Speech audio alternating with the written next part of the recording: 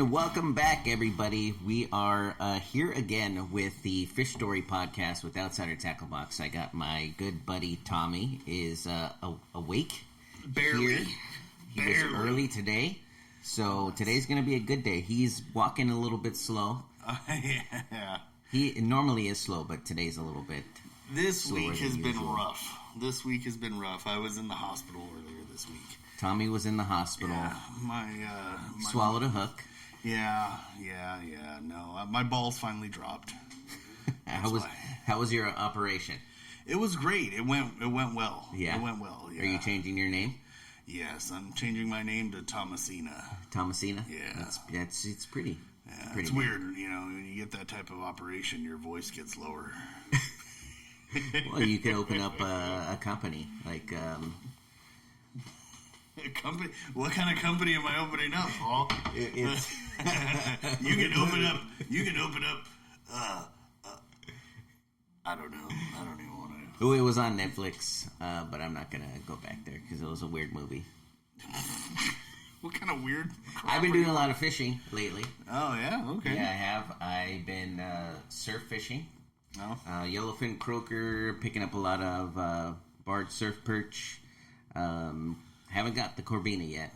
Those are all wussy fish. Just saying. I catch big fish. Big fish. When's the last time you went fishing, Tommy? Let's tell everybody. Last season. Last summer. I try to get Tommy out to fish. I was in the hospital. I was dying. Every week for the last 3 weeks, I say, let's go fishing. And Tommy's like, nope. The only fish Tommy will go for is like, let's go trout fishing. We live next to the ocean, but Tommy wants to go fish. I go shark fishing. I go with Felix usually. When's the last time you went shark fishing? Last summer. I haven't gone anywhere this summer. I was afraid I was going to die. Tommy calls himself a fisherman, but he won't go fishing. Oh, you're stupid. I was going to call you something else, but we're on the radio, and I don't want people to get offended by some of the stuff I say. Because I say a lot worse. Anybody that knows me knows I say a lot worse than what I say on the radio. So let's talk about my... Homo. Sorry. Oh, that totally messed up. So I went fishing on the Wedge out here in Huntington Beach. It's actually in Newport. Yeah. And it's well known in the surfing community. Mm-hmm. And people come from all over the world just to come fish that area. Surf the area and fish. Mm-hmm. It's a good fishing spot. It's usually packed. How'd it go for you? I want to know how your personal experience at the Wedge went. Let me tell you. Yeah, please do. I went on the Wedge and on the incoming tide. So it was high tide. Bad move. And I wanted to get close. There's a lot of rocks. Another bad idea. I wanted to get a little bit closer to the water so I wouldn't lose too many jigs because a lot of rocks. There's a lot of rocks, and you'll get stuck on the rocks, and that's part of the complaints. Usually, is people lose things to the rocks, and they always have to tie their jigs. So I was gonna get closer to the water, which is not a good idea on the incoming tide. You already had two things bad going against you, and they're huge waves. That's why people from around the world come and surf that area.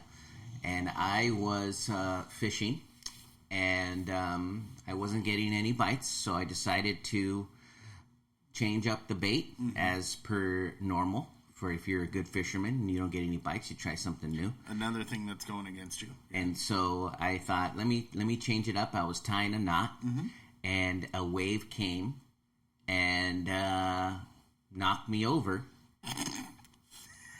And I landed on my fishing rod, snapped the rod, lost my lure, my Lucky Craft lure, the lucky one that actually I catch a lot of. I caught a halibut on there. Man. I've caught a few things on that thing, and here I am floating away in the ocean. Wow. But I was able to hold on to a rock. I mean, I didn't go very far, but I still fell and climbed out. And I ended my fishing trip then and there. Help, I broke my rod. Was I scared? No, I wasn't. Lies.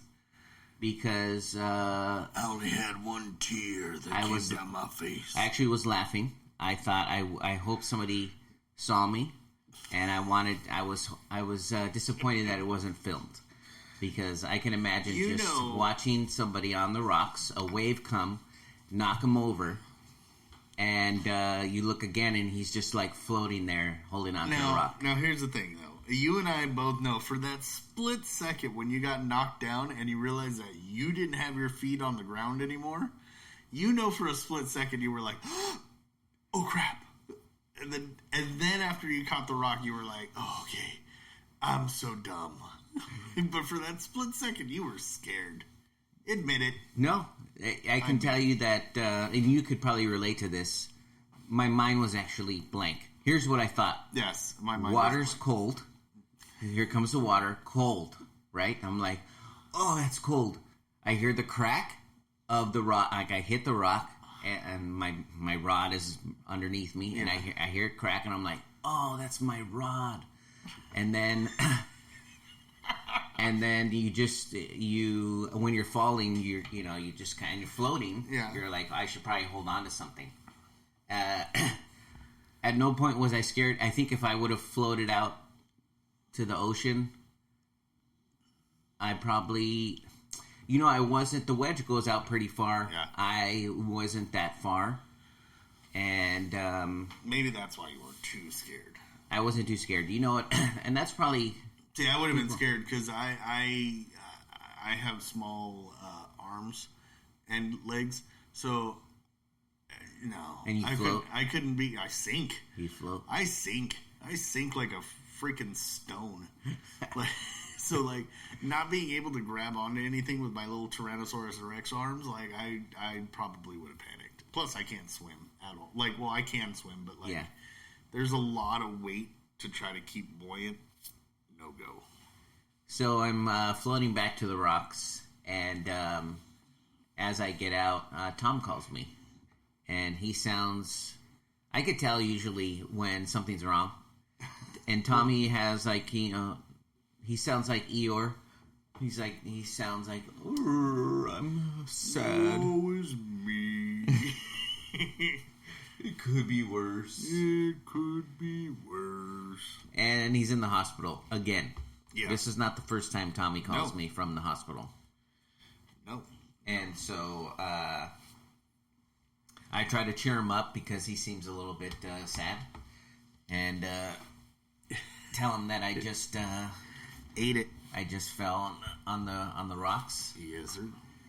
And he got a kick out of it, so it cheered him up a little. It was funny. It was funny. It definitely cheered me up a bit.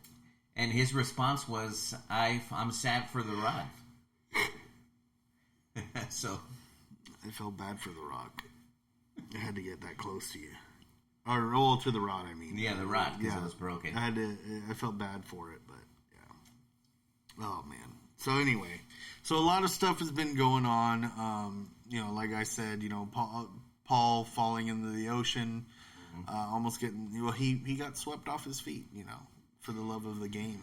But so I try to give it a second go.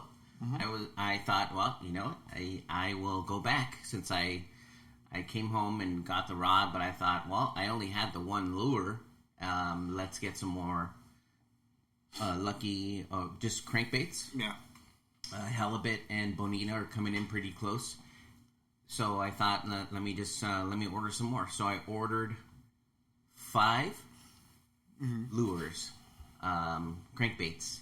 Went back yesterday, and I lost 3 of them. You ordered how many and lost 3? 5. I ordered 5, and I lost 3 because they got stuck on the rocks. Those of you learning basic math, that means he only has 2 left. I only have 2 left.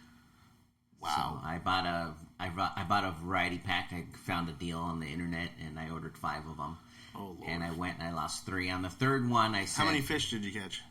None. Oh, that was all getting caught. That sucks even more. And I thought, let me get a little bit closer to the water, and I thought, probably not a good idea. So I didn't want to lose any more lures, and I thought... It's like going to the strip bar and finding out you have no money. Sorry. You only have $1, so you can look. That's it. Yeah. Well, you still... All you have is change. That's why you can't make it rain. You can make it hail. Anyway, no, but besides that, like family I said, show, Tommy. That's not talking. For those of you wondering what the strip bar is, it's a restaurant in San Diego. It's they sell steak, and it's called a strip bar. Yeah, no, that's not what I was talking about. I'm gonna be honest. Actually, if you're in the San Diego area, that is a great place. You have to cook your own steaks, but it's pretty cool. I'm not gonna pay for anywhere where I gotta cook my own damn food. Well, yeah, that's the beauty of it. If you don't like your steak, you're the one who cooked it. Well, that's why I want to be able to complain. So you wait your turn. I want to go full-blown Karen on somebody. I want to speak to the manager. No, you're actually going to like it. We'll go when we go down there. So you order your steak, and they bring it out to you. They bring out the seasoning. You have everything you need, and there is an area where they have multiple, just giant, a fire, really, and then a grill above it. So they give you everything you need to cook it. And it comes with instructions, and then you just walk over. You could have your drink. They have an area where you can just drink and while you're cooking. Bad, where you have to have instructions on how to. If you can't cook a steak, you're not a real man. No, it's a restaurant still, so they say if you want it medium, if you want it, if you want it rare, or and it's probably super done. Expensive. It's a normal steakhouse price. I mean, so like $30 a steak. You must not eat steak. We're not eating steak at like Denny's, Tommy. Well, no, nothing against Denny's. I'm saying $30, so you got to cook the damn thing yourself. Okay, we'll say 30. Do they give you a discount because you got to do your own damn work? So you're cooking the steak, and sorry, this offended me. And then you add you add. I'm a connoisseur of foods. Are you? Yes. And I love my steak, and I love my own food. I love food, but if I'm going to go to a restaurant, I'm not going to cook my own damn food. That's why you have people in the back. I know, I sound so, privileged right now. I got people in the back to cook my food for me. Big fat king sitting at the table. Cook my food, fool. In other news, Tommy found a free boat. Yeah. On Craigslist. So, and this is something I was not aware of. There is on Craigslist, you can look for free stuff, and Tommy looks for fishing stuff. And so I actually was like, let me check this out. And people give away a whole bunch of free things. They just throw it up on there. Yeah. And so we found somebody giving away a fishing boat, and I contacted the person. Yeah. And they said, if you want it, come get it. And then Paul backed out. No, here's what happened. I called Tommy and I said, let's go get the boat. The guy called me and he gave me a time. He said, I'll meet you there.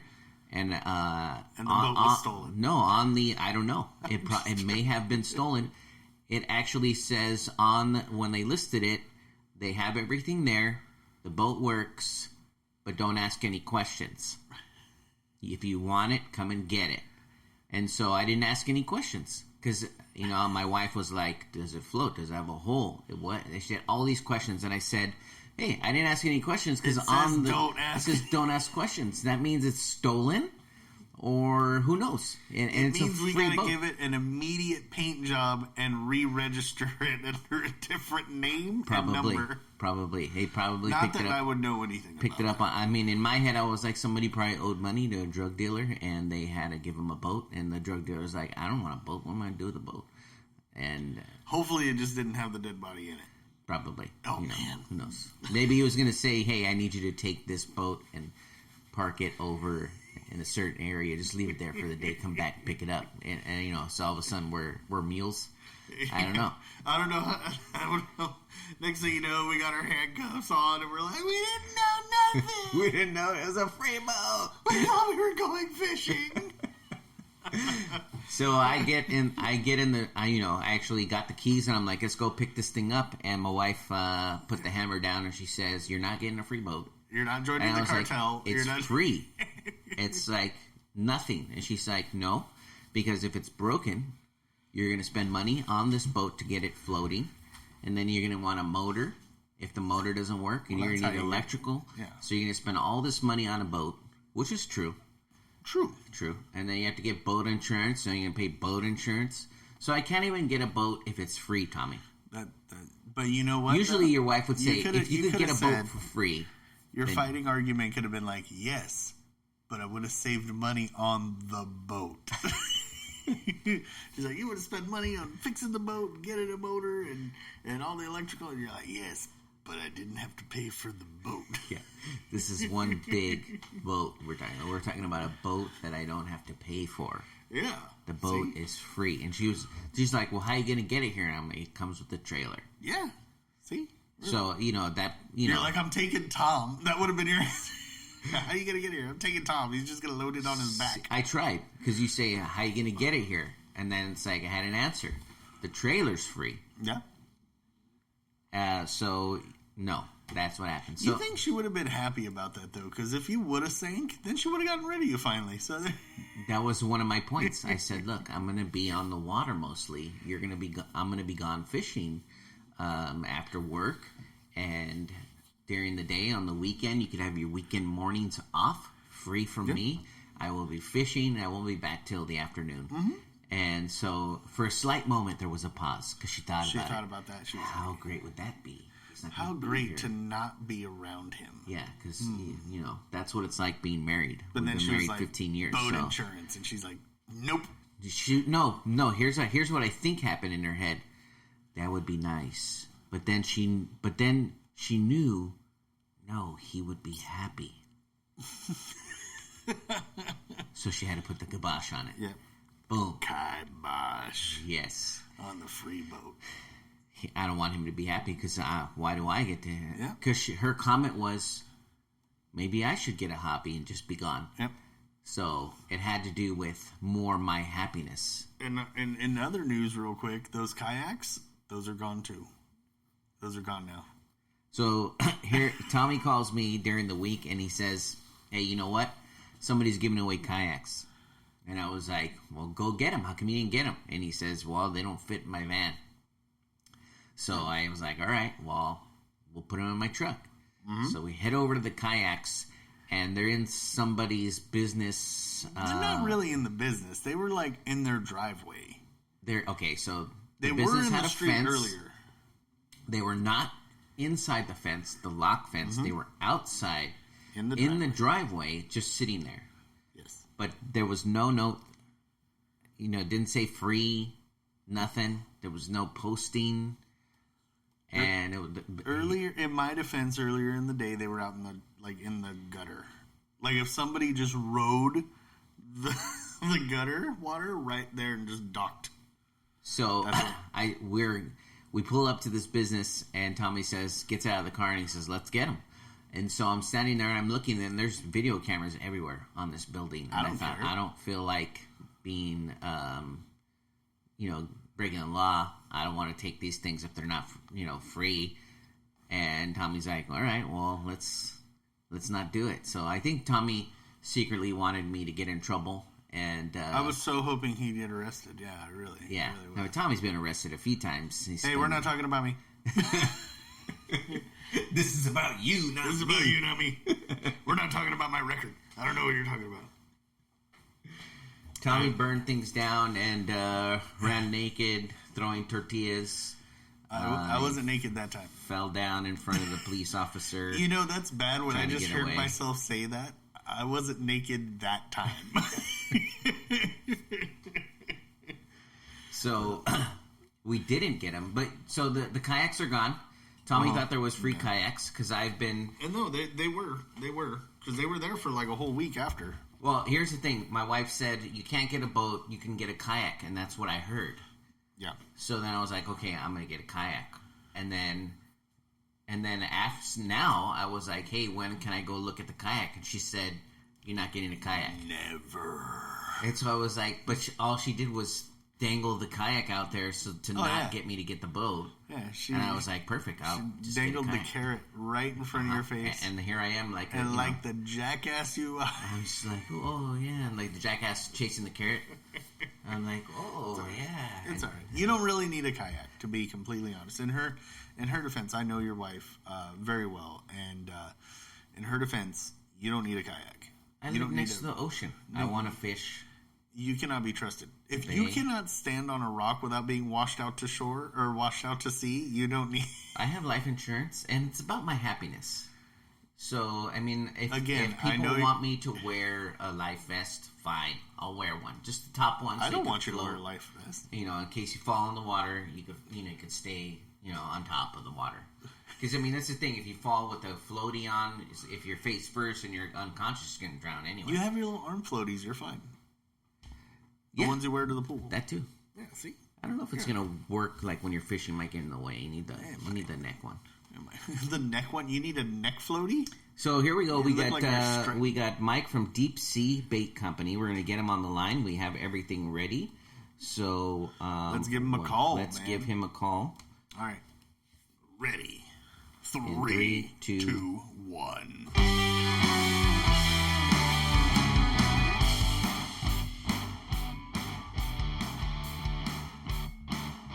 And we're calling. Hello. Hello, is this Mike? Yeah, that's Mike. Mike, how you doing? This is Paul, Outsider Tackle Box radio show and podcast. I got to my good buddy Tommy in the studio. Say hi, Tommy. Hey, what's going on, Mike? What's up, Tommy? How you doing? I'm all right, man. I'm all right. How about yourself? I'm doing pretty good. Doing Just, any fishing lately? waking up. Yeah. Well, I had shoulder surgery on Tuesday, so Oh, that's no good. but I had been fishing a ton before that, like doing a lot of perch fishing. I know Okay. you're a Ooh. big fan of perch fishing. Yes, Paul we is. are. Paul. And by the way, Tommy No, had... I'm talking to Tom. Oh, okay. Yeah, Paul is. I'm not a big perch guy. Sorry. Tommy had shoulder surgery when he is a pocket pool champion in high school, and he injured his shoulder. Not just in But high school. we'll 13 talk years. about that a different 13 years time. running straight, man. Yes. Come on. So welcome to the show. Thanks He's for waking up. 13-time champion. 13-time champion. That's right, man. I don't stop. Well, I stop now, but He stopped. He's pausing for the show. yeah. But yes, he is a former pocket pool champion. He's got a trophy and everything, which I gave to him. Wow. So, but I am a big fan of fishing the surf, and so yes, I want to hear about your experience with the perch fishing, wherever you caught that. But you did send in a couple of photos for us to talk about, so we want to hear about that, and also Deep Sea Bait Company, because I did look out your IG, your Instagram, and saw a lot of cool things that you make, so you could share that with everybody listening. But yeah, go ahead and let's hear about those fish.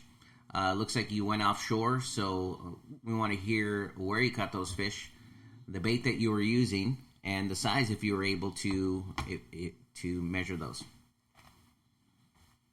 Okay. I'll start. We right after I had my first daughter, maybe like 6 months after, packed the family up and head down to La Paz, Mexico, where one of my really close friends owns a fishing business, Fisherman's Fleet. Nice. And it's fun when I go down there. During the day we go fishing or whatever, then at night we work on the boats, go hang out, go drink, whatever. It's such a relaxing place. So the first day we went fishing, it was bad. We went offshore. We're trying to go for wahoo. We could not find any wahoo. Couldn't even find dorado. It was just it was one of those days. Yeah. So the next day, Chris says, "Hey, I'll take you to a little secret spot. Me and you'll just go fishing." So it was the evening time. We hopped in his boat, the Dire Wolf, and head out. And we must have been in the boat 5 minutes. He's like, "We're here." I'm like, "We haven't even left like the shore." And he says, "No, this is the spot. There's like a bunch of docks that you can park for the day and go shopping or do whatever you want to do, but they're always empty. The place is believed to be fished out." So he's like, "We got to be real slick. We got to be quiet about this."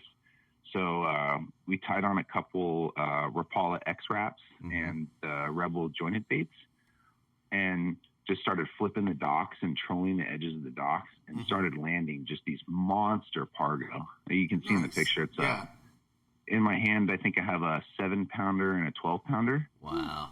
I think were Yeah, and I mean, just imagine trying to do this like low key. You have to like keep it on the side of the boat where nobody can see. Plus, you got to pull them out of the dock because they love to go wrap you up and break you off, like any dock fish. They don't get that big so from not knowing how to do things. Yeah, exactly. Because Pargo are good eating, man. I don't know if you've ever had Pargo, but they are, they're to die for.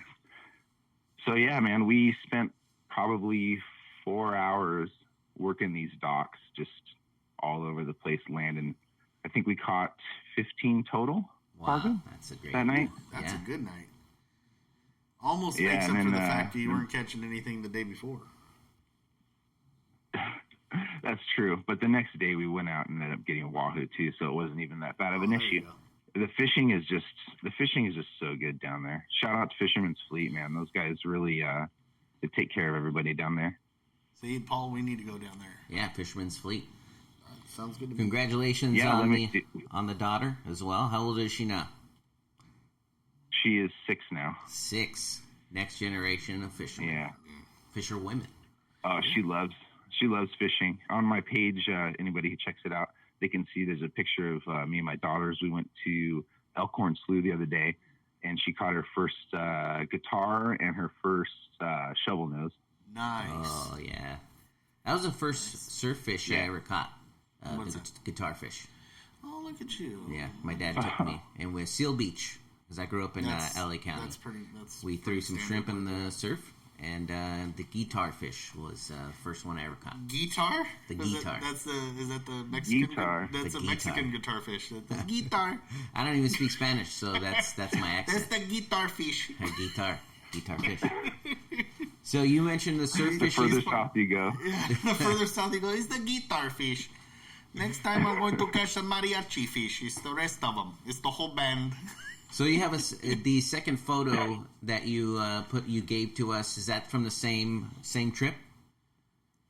Yeah, that was like first picture was like in the evening, and then like sundown, and the next picture was at night after we had finished. Okay. So let's hear about the perch. You said you were perch fishing. Where were you? Let's hear that story. Yeah, so I live up in Santa Cruz. Okay. Not too far from you guys. Yeah. And we really like to do a lot of perch fishing down like in Pajaro Dunes area. Mm-hmm. Yeah. So, me and my buddy just head out there, and I run like a 9-foot Lama Glass and a little Penn Fierce 2 reel, like 2000. And I mostly run Carolina rigs with, I make a perch bait. It's like a little split V-tail. Ooh. Like a little 2-inch grub. Okay. Yeah, and that really weeds out the smaller guys, and you just land those like nice slab perches, the nice big sandwiches. See, Paul, you're speaking Paul's language. Paul's like over here. He's like, ooh. I love. I'll check that out. I'll get some from you. How in your experience? I think you could probably put one on a fly rod. Yeah. See, you ribbon dancing fool. I'll put one on a fly rod. How far are you casting out into the surf? Are they coming up right up to the your ankle deep water, or are you doing it? Tell us a little bit about what it's like fishing out there. Well, it changes, right? Like the beach is always changing, the holes are always developing. Yeah. And if you're like targeting like barb surf perch, and you want to like really work the edges of the holes. Yeah. And then if you want to get like those reds or, some of the bigger guys, you can fish like the more turbulent water that's a little further out, like in front of the hole. Yeah. It just depends like a lot, but a lot of the times it's really close, like maybe 10 yards, if that, out to 20, 25. I was going to say it's probably like 5 to 20 yards, just in that range. Yeah. Yeah, just a little bit further out. I tend to wade in a lot. I fish like East Coast style, I guess, like up to my waist when I'm fishing in the surf. So I like to get out there a little bit further, especially when we're going for striper, because then you really got to get out there. So I don't fish for striper out there. I go to the river inlet or outlet, whatever you want to call it. All right, so we're talking to Mike They're good from fights through the surf. Oh, yeah. Deep I'm Sea sure. Bait Company. Let's hear about your. Tell everybody where to find your product and your your social media pages, so we can find out how to get stuff from you. Okay, yeah. I represent Deep Sea Bait Co. That is my company. Just started like at the beginning of this year, so we're fairly new. But I feel like I'm crushing it out here. A ton of people are loving the bait. They're getting on lots of rockfish, Nice. lots of perch. So over at Deep Sea Bait Co. on Instagram, that's where I'm doing pretty much all my orders, posts, and everything. But if you want to head over to the website, deepseabaitco.com, you can see all of my product models, a little story about the company, and photos and stuff like that. Perfect. Yeah, we'll check that out. I'm definitely gonna get some of those perch baits. Your perch I baits. spend a lot of my time. I actually go every other day to try to get out in the surf, and yeah, we're gonna try those things out. When give you a shout out and a good review once I can land my first fish. Awesome. What is Sounds that? good. Well, from all of us, thanks for coming on the show. Yeah, you're welcome back at any time to share with us your fishing stories from all of us here at Outsider Tackle Box Radio Show and Podcast. Yeah, tight lines, bud. I'm hoping to get out there soon, but I haven't been able to. So, yeah, I've been trying to avoid going fishing with Paul, especially when he goes like he does all that fly fishing right on the surf, and I don't like that. Yeah, Tommy calls it. Hey, Go ahead. Tommy, you can, like, when I go perch fishing, I always bring my big rod and throw a huge chunk out for sharks. Yeah, And then I'll just surf fish near my rod, near my shark rod. Okay, that makes sense. See, I mean, I'm not opposed to surf fishing. I've done surf fishing before, and I usually catch, like, leopard sharks and stuff like that. And, you know, like guitar fish and stuff. Or, sorry, the way Paul calls it, guitar fish. But that's usually where I'm at. I don't fish for the smaller stuff. I usually go for the bigger stuff. And usually when I go out, like I'll go out to the pier, like especially out here in Huntington Beach, we've been having a lot of thresher sharks coming in lately. Big threshers. And so I want to go out there and do that, but There's a lot of leopard sharks right now. A lot of people catching leopard sharks. they're coming in close. Yeah. Yeah, they're coming in close. They're hitting all that smaller stuff. So I know they're there. I just don't fish for them. But yeah, if You're we a get. wuss. They don't attack your little your fly rod. Thanks for giving. Thanks for helping me trying to get Tommy out there, Mike. Appreciate it. Yeah, 'cause It was my mission for this podcast was just to put a little surfing in Tommy's mind. Get him out there. I'm not opposed to the surf fishing. I'm more for bigger fish. That's just what I do. Actually, I'm hoping Light to get tackle. out there. Yeah, I'm hoping to get out there this weekend, hopefully, because Spiny Lobster started this today. So I'm hoping to get out there Today, yep. Yeah, I'm hoping to get out there today at least to get some Spiny Lobster. So Well, next time you guys are ever in the area, let me know. We'll Yeah, for definitely sure. go fishing. Maybe we'll get father and son fishing to come up too. yes. Do a trip. Shout out to Father and Son Fishing. He's get the paid. one that found Mike from Deep Sea Bait Company. He does a lot of good work booking for our us. guest on the show. So yeah, we'll invite him out there and we'll all fish Yeah, in the for Santa sure. Cruz I'm area. Totally down. And if for you're that. ever You in the guys, area here, we'll get out on the sand and do some fishing at Heck Huntington yeah. Beach, Newport. Hell yeah. For Hell sure. yeah. You guys mind if I give a couple quick shout outs? Absolutely, course. dude. Go for it. Go for It's it. all you, man. All right. I want to quickly shout out Bayside Marine. They sell my products here in Santa Cruz. So if you're in the area, definitely check them out. They got a ton of good shit there. Toro Eyewear. They're one of my new partners. They're helping me do giveaways and keep my eyes protected while I'm working in the shop. Nice. And then a couple of the crews, like Father and Son, of course, Dave, got to shout him out. Banana Movement Fishing Crew, Savage Fishing Crew, and Depth Squad. Those are all the homies, all the guys that fish and support me. So Nice. just want to shout out everybody. Yeah. Shout out to all those people. And Mike from Deep Sea Bait Company. Check out his fish story. Check out his baits. I'm going to. So, once again, thanks for coming on the show. Please come back anytime and continue to send us in photos. We'll spread the word about your company and your fish products. So. Sounds great, man. I'm looking forward to getting out to Santa Cruz. I'm actually sorry, Mike. As we were talking, I was looking at your welcome your to the show, Instagram. Tommy. I know, right? I've been paying attention. But I was looking at all of his different baits, and I'm like, ooh, I can use that. I can use that doing this. I can use that doing this. So anybody that for the people that are actually that are listening and everything like that, his baits look phenomenal, and I'm just. Not that I had any question about it, but I'm looking at them right now, and I'm just like, I want that, I want that, I want that. So definitely check out Deep Sea Bait Co. So Tommy does his research during the show, whereas I already knew you had some great products. Well, I knew. I looked at them, but I was like really glancing at them, and there were some that were just like, whoa, look at the color combination. Tommy's the comic relief portion of the show. We don't require. Tommy's just an idiot. Anything of him other than to just show up. I think he's kind of grasped that concept. He's like, Tommy's slow. Like, no. Embrace it. It's okay. My mom told me I could be anything, and slow was it. So I went with it. Anyway. From all of us here at Outsider Tackle Box, tight lines, Mike. Thanks for coming. Tight lines, bud. Fish more, man. Yeah, tight lines, guys. Explore the deep. All right, man. All right. Take care. Bye. Later.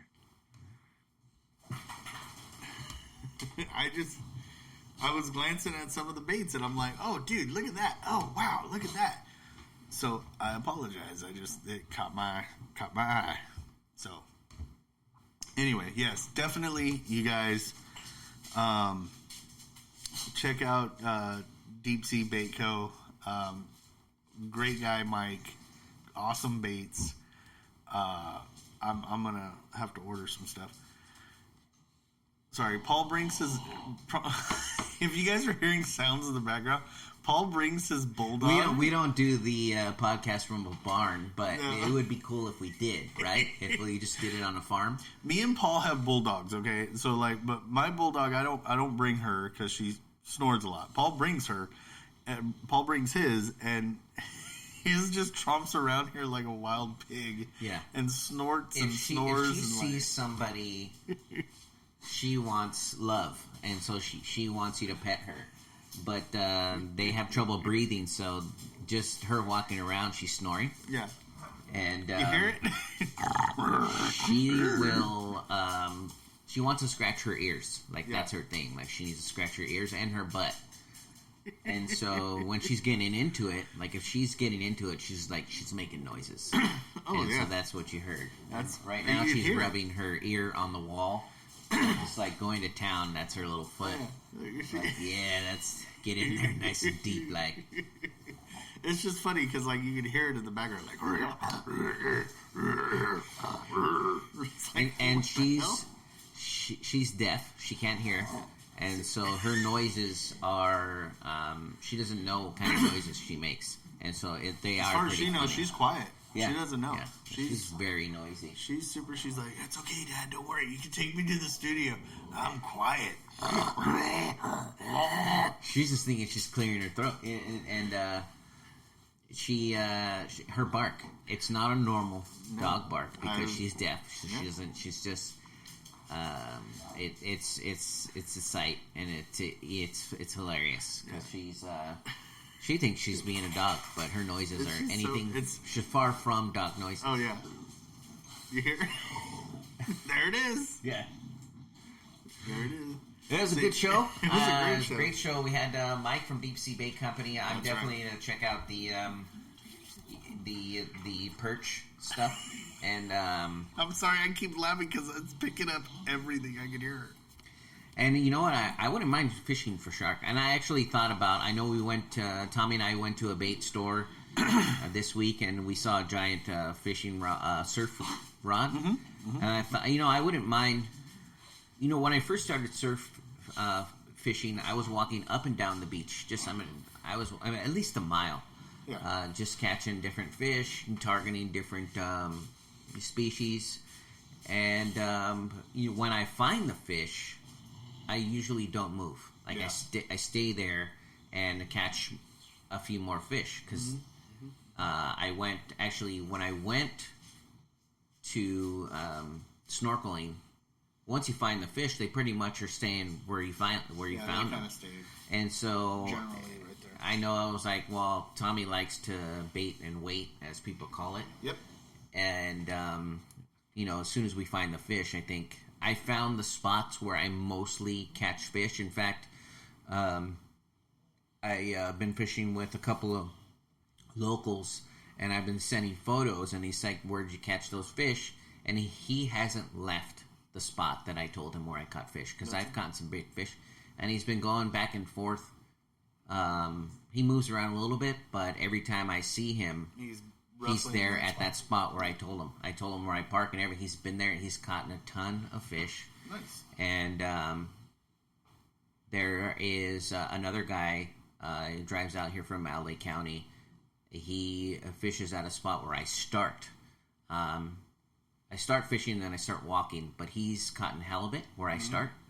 And then I see people pulling in sharks so You usually see them pulling. we won't have to walk far for the leopards and the halibut. Leopards are just beyond the breakers.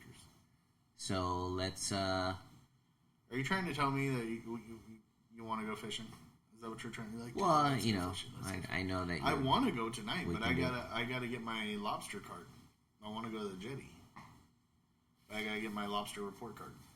So let's finish things up here. Do you have anything else you want to share with people, Mr. Tommy? Is your tummy feeling better? My tummy is feeling better. So Tommy was in the hospital. So if you're wondering, it's yeah. because he has what is that? I have diverticulitis. Diverticulitis, which is my intestines don't do well. He's got some tummy problems. Yeah, so I end up in the hospital every couple of years or whatever. So it's fine. I told him just to rub his belly in a circular motion, but don't go too low because we don't want him getting back into his pocket full days.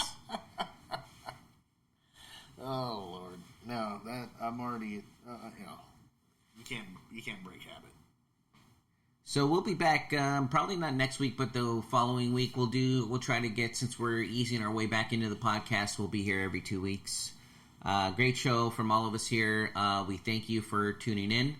And let's say goodbye. Tommy, go ahead and take it away. Bud. Tie lines, fish more. I'm going to be closing this show out. If anybody wants to